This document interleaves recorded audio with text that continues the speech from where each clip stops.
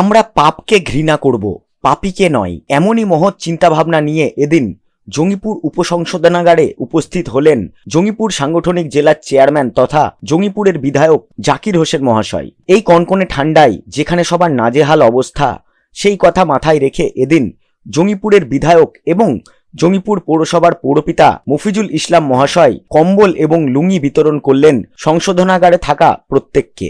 এদিন বিধায়ক বলেন, যেহেতু এটা আমার বিধানসভার মধ্যেই পড়ে, তাই প্রত্যেককে দেখভাল করার দায়িত্ব আমার। এদিন তিনি এটাও প্রতিশ্রুতি দেন যে তারাও মানুষ, তাই এই শীতে পিকনিকের আমেজে তাদের একদিন মাংস ভাত খাওয়াবেন। জঙ্গিপুর বিধানসভার বিধায়কের এমন উদারতায় সকলেই তাকে সাধুবাদ জানিয়েছেন। 250 কম্বল দিলাম, 250 লুঙ্গি দিলাম। ওরাও মানুষ। আমরা পাপকে ঘৃণা করো, পাপীকে নয়।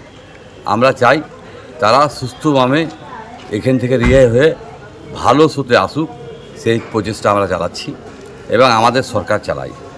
আমরা চাইছি এটা নয় আমি আবার মাংসের বদ্ধ করলাম, তারা যেন পিকনিক খায়, সকল মিলে খাচ্ছে, মিষ্টি এবং মাংসের ব্যবস্থা করলাম, তারা যেন ভালোভাবে খায় সেটার ব্যবস্থা করলাম। এই কম্বলটা কোথায় দিলেন স্যার? এটা জেলে দিলাম, কারণ জেলের কয়েদিদের অসুবিধা হচ্ছে, হয়তো পর্যাপ্ত পরিমাণে সে তাদের কম্বল টম্বল নাই, লুঙ্গি নাই, সেগুলো হয়তো আমরা একটু হলেও আমরা পূরণ করার চেষ্টা করলাম।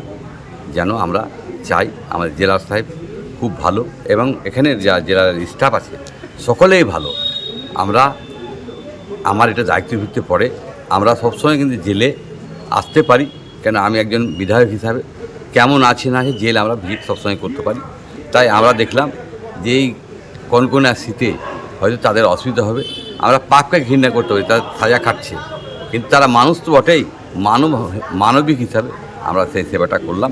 এটা করে আমার খুব আনন্দ হচ্ছে এবং আমরা চাইব, আমাদের সরকার সবসময় চাই মানুষ ভালোভাবে থাক, ভালো করে থাক, আমরা চাই না কাউকে জেলে দিই।